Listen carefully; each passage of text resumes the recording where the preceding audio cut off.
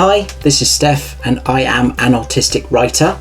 Today I want to talk to you about my own journey to autism diagnosis, which started back in September 2022.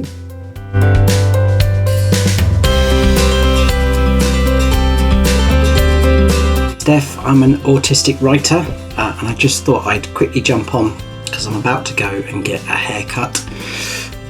Now, for years, having my hair cut at barbers or hairdressers is something I avoided, and I mean for decades. In fact, I used to get my wife to cut my hair once a month with some clippers, and I didn't kind of really think about it other than that I was being a bit tight and trying to save money. But actually what I've become more aware of since my autism diagnosis is that I find barbers and hairdressers quite anxiety inducing kind of place. Anxiety and autism can go hand in hand as conditions, and I think I was thinking about it this morning and how, I don't know, the thought of just going to a barber's, even now I'm literally about to leave and I'm quite tense about it because I don't know how long the wait time will be. I don't know whether I'll manage to get a parking space close to the barber's or not. I don't know how to describe how I want my hair cut. I went for the first time in as I say, decades, right before Christmas, and the guy did a brilliant job. But I don't know what it was called that he did, so I don't know quite how to describe what I want him to do again.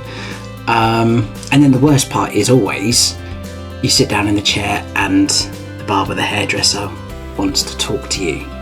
I don't do small talk, I don't do chit chat, as a lot of autistic people will say. And that freaks me out as well because I don't know what I'm going to talk about. Usually I have pre-scripted questions and answers that I can go to if I'm forced to meet new people. But I only usually have 5 or 6 of those and then I run out and my mind goes blank.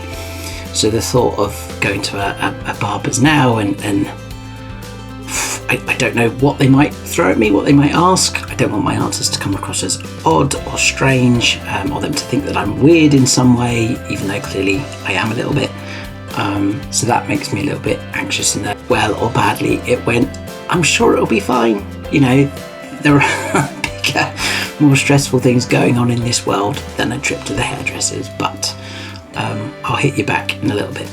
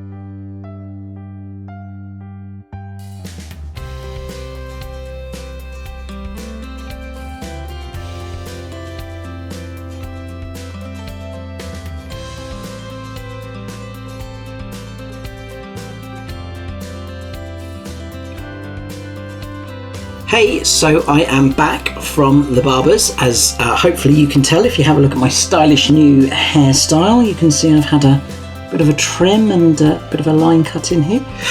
So I just thought I'd give you an update on how it all went and let you know whether all my stress and anxiety first thing this morning was worth it or not. So first things first, I got to the barber's and there was a parking space right outside the shop that I was able to nab, which was good. I mean, I didn't have a headache trying to look for somewhere to park. It was within walking distance. And when I got in, there was only one person in the queue ahead of me. So again, not a massive wait time. So that kind of eased matters.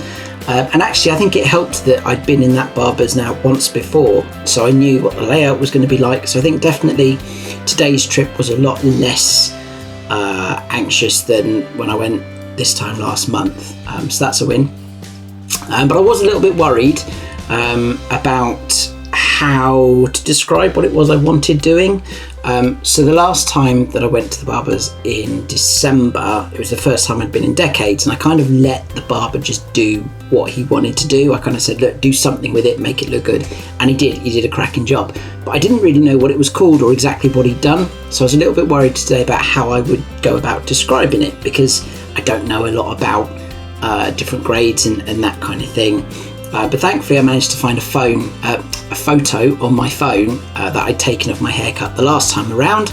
So I was able to show this to the barber, and he asked a couple of questions to clarify some bits and pieces, but otherwise he knew what it was I wanted. So he got me in the chair and went to work. And the last time I was there, my beard was a little bit out of control, so I'd asked them to do something with that as well. And it wasn't clear to me whether the barber planned to do something with my beard this time or not, whether I'd asked for the right thing or not. So the whole time I was sat in the chair, I was again a bit anxious. I'm not comfortable asking for help and asking clarifying questions all the time. So I didn't want to ask him what he was going to do. I just was kind of hoping that everything would be fine. So I was a little bit nervous and tense, but he did a great job, and he did trim my beard and brought out a hot steam towel for my face, which was really nice, actually, really enjoyed. And interestingly, I think one of the reasons I figured out while I was in the chair, one of the reasons I dislike going to the barbers as well, is I'm very sensitive to touch. I don't like people touching me or being too close. And obviously when you're sat in a barber's chair, they're touching your head, they're touching your face. And in fact, when you have the kind of the hot towel on your face as well, there was a bit of kind of massaging of cream and things that was going on as well, which is a little bit awkward, but actually quite nice. And by the time we'd finished, actually I did feel, what's the expression, feel like $1 million. I felt like a younger, fresher man, which was good. So all in all, it went well. Really pleased with the result. He did actually what I wanted, even though I didn't tell him exactly what I wanted. So that's good, and definitely a place I'm going to go back to again. I think if you're someone who doesn't enjoy going to the hairdressers or barbers or wherever as well, some of the little things that kind of helped me today. So I had my fidget spinner ring with me, so I was able to kind of play with that underneath the cloak thing that they put on. And also I didn't kind of have to make eye contact with the barber, which I think helped. I mean, he didn't ask me any questions, which was a massive help.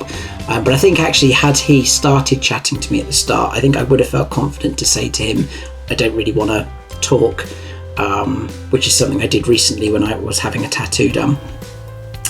So that's a kind of a helpful thing. And I think closing my eyes as well. So there's, times when he was trying to cut the fringe or whatever else, so his hands were close to my eyes, so I could naturally close them at that point, and then kind of kept them closed for a bit as well. So there are a couple of little tips that certainly helped me, and I think finding somewhere that you're comfortable and happy with is definitely a bonus. So that's twice I've been there now, and definitely where I'll probably go next month when I have to go back again, but I'm going to worry about that for another kind of 5 or 6 weeks, so should all be good till then. Thank you for watching. If you like this video, please do give it a like, and of course remember to subscribe to my channel so you can follow my kind of post-diagnosis journey as I progress over the next 12 months. I'm Steph, and I am an autistic writer. Thanks for watching.